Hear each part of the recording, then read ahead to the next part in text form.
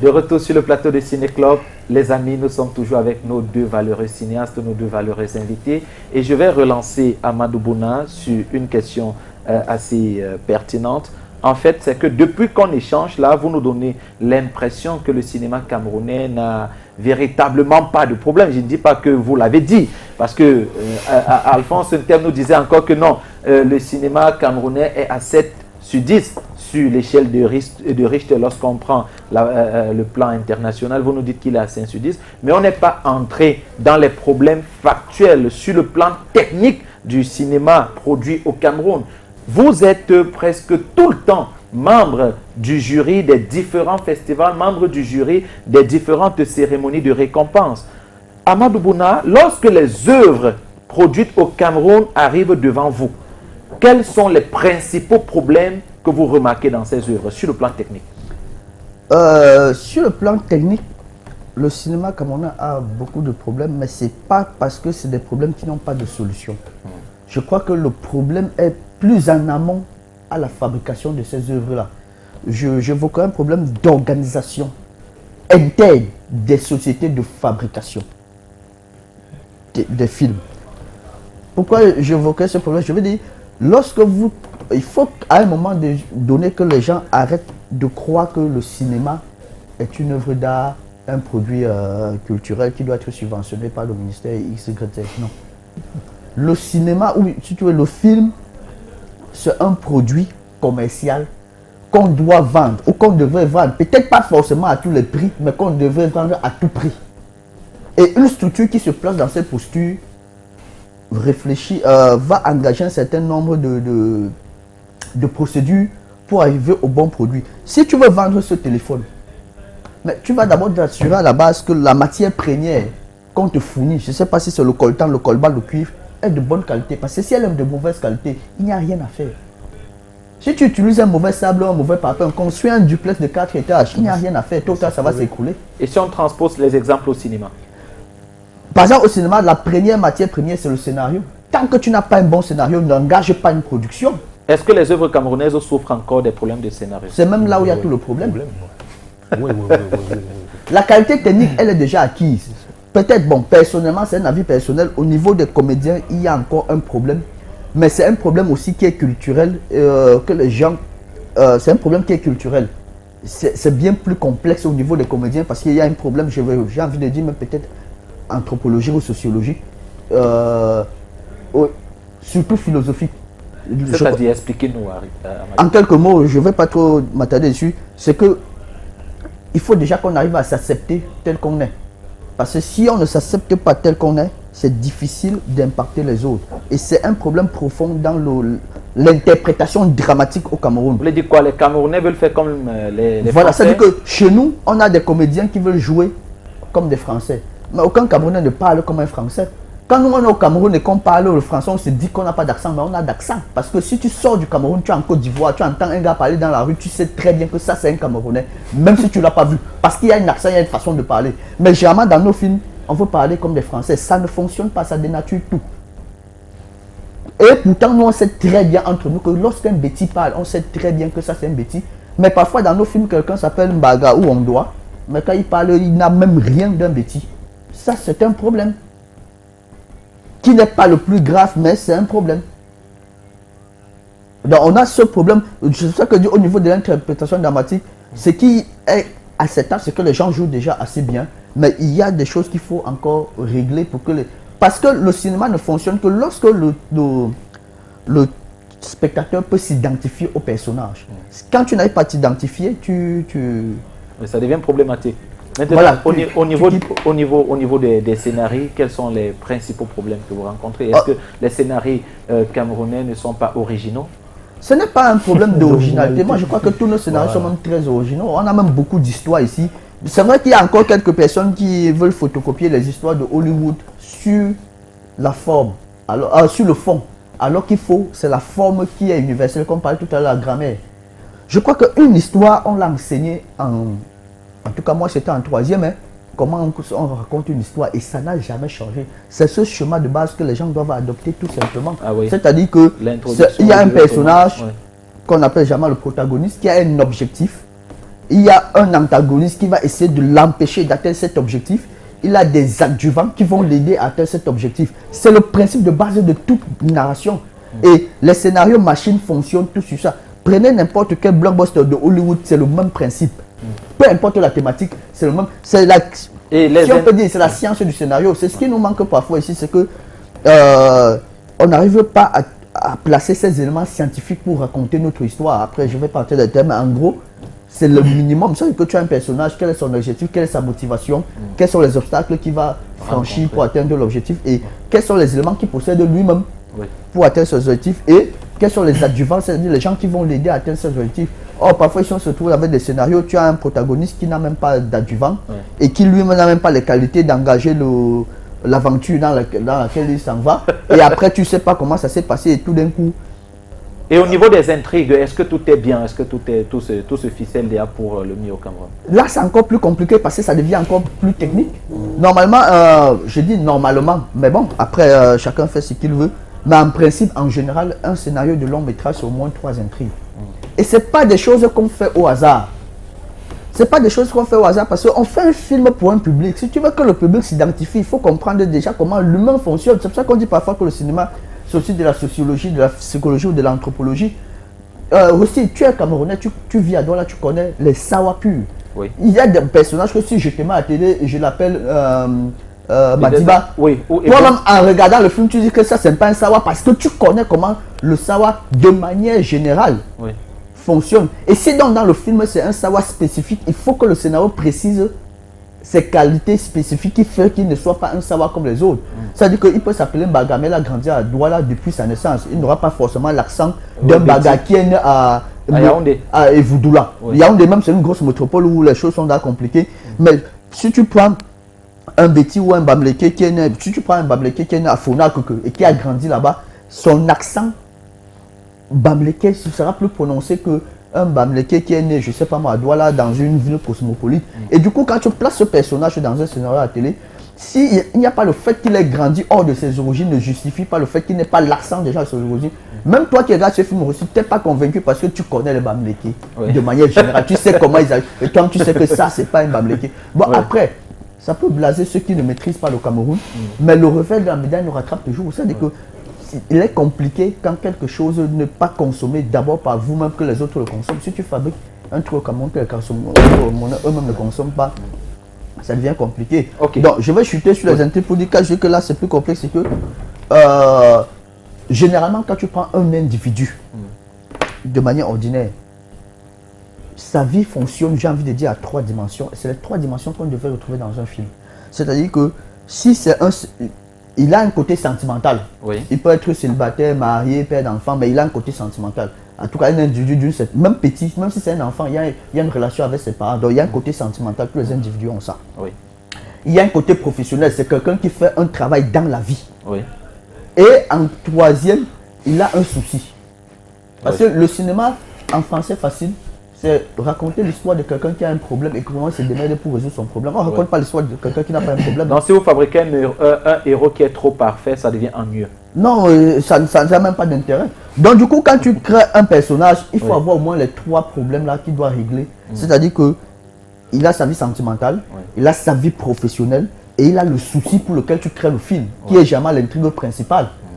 Et l'erreur peut-être que nous on fait dans la manipulation des intrigues par moment, c'est que Rosti va partir de chez lui, il va arriver à Canal 2, il va passer la journée sur oublier qu'il est père. C'est le soir qu'il se rappelle qu'il est père. Personne ne fonctionne comme ça dans la vie. C'est-à-dire qu'à chaque moment tu es ici, je suis à Douala depuis 2 ou 3 jours, mais je dois appeler ma femme, mes enfants pour savoir ça. Tout le monde est comme ça. Mais parfois dans nos films on te place un gars qui est marié, sur 30 minutes de film, il a oublié qu'il a un père et qu'il a une femme et des enfants. C'est pas crédible.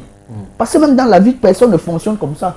Donc, le minimum, c'est d'avoir un personnage qui a ces 3 options et que le scénariste suive ces 3 options jusqu'au dénouement final. Ce n'est pas un travail facile. C'est pour ça qu'aux États-Unis, un scénario de long métrage, en moyenne, c'est 1 an. Et parfois, c'est 2, 3, 4 scénaristes. Même quand c'est le même scénariste, il y a plusieurs relectures et corrections. Donc, ce n'est pas un travail, c'est pas un truc, voilà, on ne fout pas, ça sort. C'est un travail. Je dis souvent, écrire pour le scénario, c'est un travail d'artisan. C'est-à-dire, on frotte, on taille chaque matin. Tu vois, il a fallu du temps. Donc, ça veut dire qu'au Cameroun, alors, ce sont des génies parce qu'ils t'écrivent des séries de 52 épisodes en 2 mois. Oh, bon, c'est pas des génies, c'est aussi peut-être pour ça que ces séries ne fonctionnent pas très bien. Parce qu'après, il faut comprendre que parfois, on a l'impression que certaines séries ont marché parce que il y a parfois l'aspect plastique qui intéresse les gens. Voilà, les gars, ils sont très beaux, ils ont des beaux costumes, il y a des beaux décors. Il y a parfois que l'intrigue. C'est-à-dire que le problème principal que pour la série, c'est un sujet très populaire. Et après, on se trouve dans des situations où tu regardes une série. Bon, après, tu n'as plus envie de regarder. C'est-à-dire que les vrais films sont des films qu'on ne se lasse pas de regarder parce que le problème est tellement bien mené et bien implanté que le spectateur n'arrive pas à en décrocher et que à chaque fois qu'il regarde le film, il est toujours battu. C'est-à-dire que c'est toujours la même émotion comme si regarder le film pour la première fois. Il y a beaucoup de films comme ça, beaucoup de séries comme ça qui existent. D'accord. Si vous prenez Jack Bauer, malgré qu'il allait faire tout... qu'il allait sauver le monde entier. Il se rappelait qu'il a sa fille. Et de temps en temps, il doit régler les problèmes de sa fille, les problèmes de sa femme. Tout à fait.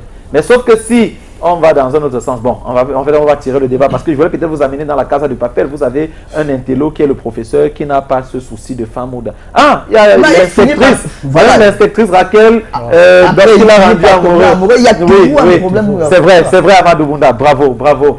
Les amis, je suis très content d'être avec vous, mais malheureusement, le temps est le plus cruel de tous les monstres. Hein. Le temps n'attend pas.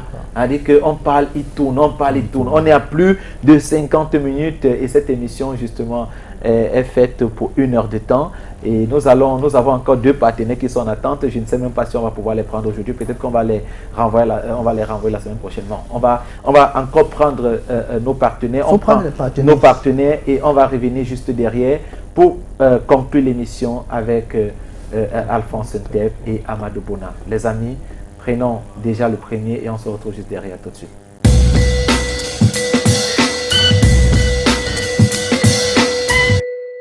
De retour sur le plateau de Ciné Club, nous sommes rendus à la fin de cette émission et nous allons peut-être prendre vos propositions pour sortir le cinéma camerounais de la précarité dans laquelle il est enfoui depuis pas mal de temps déjà. Je commence par vous, Alphonse Ntep. On a aujourd'hui quelques producteurs qui s'en sortent, mais vous avez des réalisateurs qui souffrent encore beaucoup. Vous avez des gars qui diffusent, dont les œuvres sont diffusées sur des grosses chaînes qui marchent à pied, qui n'ont pas de quoi manger, qui n'ont même pas de quoi se vêtir normalement. Vous avez des acteurs qui souffrent encore énormément. Comment faire pour sortir le cinéma camerounais de la précarité dans laquelle il est justement assez introduit? Bon, moi je dirais tout simplement pour sortir de cette précarité, il est important que la répartition des biens issus de l'exploitation des ressources se fasse de manière équitable. Ça veut dire quoi? Les biens ici, ce sont par exemple les prix, les droits de diffusion, les droits d'acquisition, l'argent. Maintenant, les ressources, ce que j'entends par ressources, ce sont des gens qu'on a exploités pour, c'est-à-dire le scénariste, le réalisateur, le technicien, je ne sais pas trop quoi, l'acteur. Il faudrait que... Donc vous trouvez que les scénaristes, les acteurs et même d'autres parties prenantes sont très mal payés? Oui. Ils sont très mal payés. Mais peut-être c'est aussi un problème de moyens. Parce que, Rosti, au Cameroun, il est acceptable qu'un acteur ne soit pas bien payé. Parce que les producteurs, déjà, ont du mal à trouver des fonds pour produire des œuvres. Mais lorsqu'une œuvre a eu un certain parcours, que ce soit au cinéma ou à la télévision, il faut repartir les biens de manière équitable. Je vous prends un exemple simple. Un scénariste, je ne vais pas tirer de long en large, un scénariste, lorsqu'il écrit un scénario, ce n'est pas peut-être, je ne sais pas trop quoi, les 10 francs qu'on lui donne là, qui vont faire en sorte qu'il s'en sorte. Ça c'est le strict minimum garanti. C'est pour qu'il puisse travailler dans de bonnes conditions, avoir de la clim, avoir de l'eau, avoir de la lumière. Et qu'est-ce qui va donc lui permettre? C'est au niveau de l'exploitation. Au niveau de l'exploitation et au niveau de ses droits d'auteur. Et au niveau de l'exploitation, il faut le savoir, parce qu'il y a des scénaristes, il y a des auteurs aujourd'hui qui sont parfois naïfs. C'est pour ça que je disais, la formation est importante. Quand tu n'es pas formé, quand tu ne maîtrises pas ce qui te revient de droit, tu te retrouves en train de donner ton œuvre avec toutes les sessions de droit. Exactement.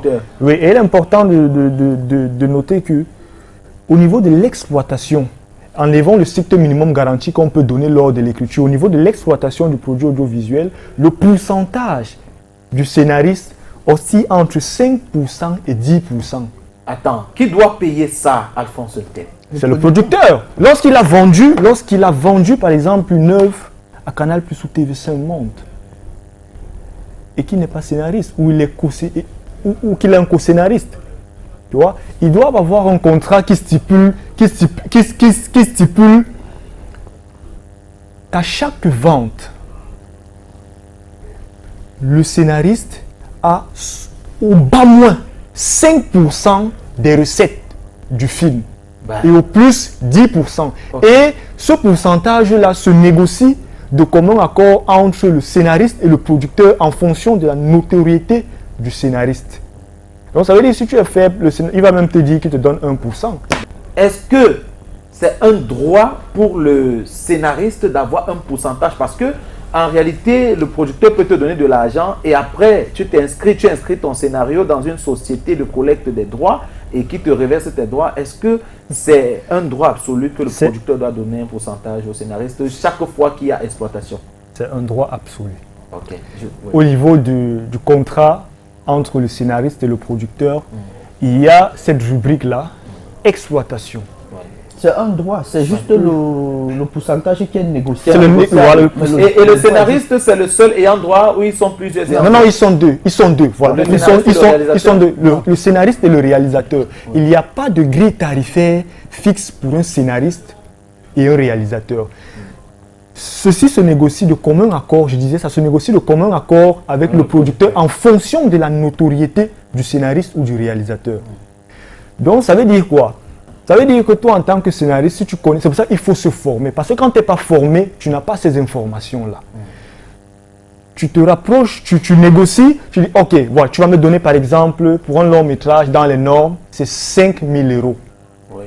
L'écriture, j'ai dit le strict minimum garanti. Ce n'est pas les droits, les droits d'auteur ou bien ce qui te les droits d'exploitation, non. 5 000 €. Mais frère, je te dis qu'en calcul rapide, 6 €, c'est 6 500. Non, c'est 3 millions 250 pour un long. Oui. Et un long métrage, c'est à partir de 60 minutes. Okay. Quand vous l'écrivez, c'est à partir de 60 minutes. Maintenant, le producteur peut ne pas avoir les 5 000 €. Oui. Vous voyez? Parce qu'il y a des œuvres camerounaises qu'on produit à moins de 5 000 € au Cameroun. Le producteur peut ne pas avoir les 5 000 €. Il te dit, bon, voilà, Bouna, Alphonse, je vais te donner tant. Et à ce moment-là, tu lui dis, bon, vu que tu ne me payes pas bien au niveau, du strict minimum garanti, je voudrais 10% des bénéfices. Des recettes de l'exploitation, au niveau de l'exploitation. Ouais. À lui, je te dis non, mais 10% c'est trop, voilà, et tout, je te donne 8. Et vous calez à 8. Et à chaque fois qu'il vend le film, il a l'obligation de t'apporter le contrat avec les chiffres. C'est à partir de là que vous faites les calculs. Il ne t'appelle pas pour te dire voilà. Canal m'a fait ceci, on m'a versé, ils ont versé une partie. Où sont les preuves? Mais finalement, le producteur qui est le patron devient un employé à vie parce qu'il doit toujours rendre compte. Alors, avant de Bouna. Oui, je suis très d'accord avec tout ce que dit Alphonse, c'est au producteur de... Finalement, un patron devient votre employé. Chaque fois il a une transaction, il doit vous rendre compte. Il faut comprendre mais c'est ça, rendre compte. Dans la loi qui régit le droit d'auteur, dans le système francophone, le producteur n'est pas le patron d'un film, c'est le collaborateur. C'est-à-dire que l'œuvre appartient au scénariste qui a écrit le film. Il y a 6 auteurs. Je crois qu'il y a le scénariste, le dialoguiste, je crois que c'est 5, le scénariste, le dialoguiste, réalisateur. l'adaptateur, le scénariste ou adaptateur, le réalisateur, le compositeur de musique. Ils sont 5. Ouais. L'œuvre leur appartient. Le producteur n'est qu'un collaborateur, c'est-à-dire qu'ils mettent de l'argent pour développer leur œuvre. Et souvent, un contrat bien établi, ils doivent se partager leurs recettes, bien sûr. Non, mais Alphonse nous a dit qu'on n'a que 2 ayants droit sur le domaine d'exploitation de l'œuvre. On a le scénariste, on a le réalisateur. Oh oui, fondamentalement, il y a 5 auteurs. Oui. 5 auteurs, mais tous ne sont pas les ayants droit quand même. Non, ils sont ayant droit. On avait dit que le gars qui a composé la bande originale aussi. Il est ayant droit pour la bande originale. Mais pas ayant droit de l'exploitation. Pas au niveau de l'exploitation. Pas au niveau de l'exploitation. Tout à fait. Voilà. Moi, je parlais juste de ceux qui ont des droits, qui peuvent percevoir auprès des sociétés de droits. Mais au niveau de l'exploitation, jamais c'est le scénariste et le réalisateur. Et c'est parce que dans la législation francophone ou française, on considère le producteur comme étant le collaborateur de ces deux. Ce qui n'est pas la même chose. Le collaborateur étant le patron même. Voilà, non, c'est dans le système anglophone qu'il est le patron. C'est-à-dire, il prend ton œuvre, il te paye et tu te casses. Oui, c'est comme ça. Et parfois, il change même le nom du réalisateur s'il veut. S'il met le nom de qui il veut. Mais c'est un abus. Cindy Amade nous a dit ça. Mais souvent, c'est un abus parce que le droit patrimonial est immuable. C'est-à-dire qu'à partir du moment où c'est le gars qui a réalisé le film, tu vas respecter ça. Moi, je pense aussi que ce qui permettrait aussi au cinéma d'avancer, de sortir de la précarité, c'est qu'il faut qu'on ait des aînés qui acceptent de vraiment tenir la main aux jeunes. Exactement. Si aujourd'hui on a Salem Kedi qui fait de bonnes choses, c'est grâce à Ebenezer Kepombia. Vous voyez que s'il y avait 5 aînés qui faisaient ça et qui faisaient ce qu'Alphonse appelle la répartition des biens, on aurait plus de personnes qui font le cinéma et qui en vivent. Vous avez Cyril Masso qui est pratiquement le padre, comme on dit, de plusieurs jeunes réalisateurs de la génération numérique. Mais on n'en a pas beaucoup comme ça au Cameroun. Oui, même le monsieur qui a pris meilleure direction photo et meilleur décor au Balafon Seven Award, Chipe Yossa, c'est parce qu'il était tenu par Jean de Dieu Tignébé. Voilà. S'il n'avait pas été tenu par Jean de Dieu Tignébé, il n'aurait pas certainement été. Il y a aussi des options qui s'inscrivent dans cette lignée-là, c'est-à-dire qu'il a des gens avec qui il travaille et qui est transparent sur des contrats. Quand vous renseignez les transparents sur sa manière de travailler sur des contrats. Et c'est parce qu'on a des gens comme ça qui parviennent à repartir les bénéfices entre les collaborateurs qu'on va avancer. Non, mais c'est les gars qui ont compris que s'ils gagnent 100 millions, ils vous donnent 10 millions. En fait, on n'enlève rien sur ces 100 millions. C'est un problème d'honnêteté et de transparence. Tout à fait. Alors, merci Alphonse Ntiep d'avoir trouvé un peu de temps pour venir nous voir. Merci d'être passé dans cette émission. C'est moi qui vous remercie. C'est un plaisir de partager notre passion avec les téléspectateurs et vous. Merci. Alors, Amadou Bona, merci et surtout très bon retour à Yaoundé. Merci Rosti et merci pour ce que tu fais pour le cinéma camerounais. Il faut des émissions comme ça et davantage pour que... Il faut qu'on en parle. Qu'on en parle des choses, qu'on se contredise, qu'on se bagarre, qu'on se lutte. Et le choc des idées, les débats, et c'est comme ça qu'on va construire l'affaire parce que personne n'a la science infuse. Chacun connaît un pan en fonction de là où il a regardé, en fonction de l'angle où il a regardé. Celui qui voit que c'est 6, il a raison. Celui qui voit que c'est 9, il a raison. Tout dépend de l'angle à partir duquel tu regardes. Et il faut donc aussi des émissions comme ça pour qu'on puisse en parler de tout ça.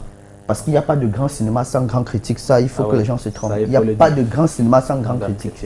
Merci Amadou Bouna. Transmettez toutes mes amitiés à nos cinéastes de Yaoundé. Et surtout, l'émission Ciné Club est ouverte. Elle est disposée à vous accueillir chaque fois que vous mettez le pied à Douala. Et on sait tout ce que vous faites pour le cinéma camerounais. Nous sommes très admiratifs de cela. Merci à vous tous qui avez regardé l'émission, mesdames, messieurs, surtout. Merci à cette merveilleuse équipe technique qui s'est battue pour que nous tournions dans de bonnes conditions ce jour. Merci à Jean Fandio et un merci particulier à monsieur Collins Ouanchouan pour cette détermination. Alors, on va tout simplement vous donner rendez-vous samedi prochain lorsqu'il sera 19h pour la prochaine édition de Ciné Club. Mais avant, les rediffusions sont prévues pour demain dimanche à 22h, mardi à 14h et jeudi à 16h. Prenez soin de vous et prenez soin des autres. Attention, je suis Rosti notamment. Bon week-end.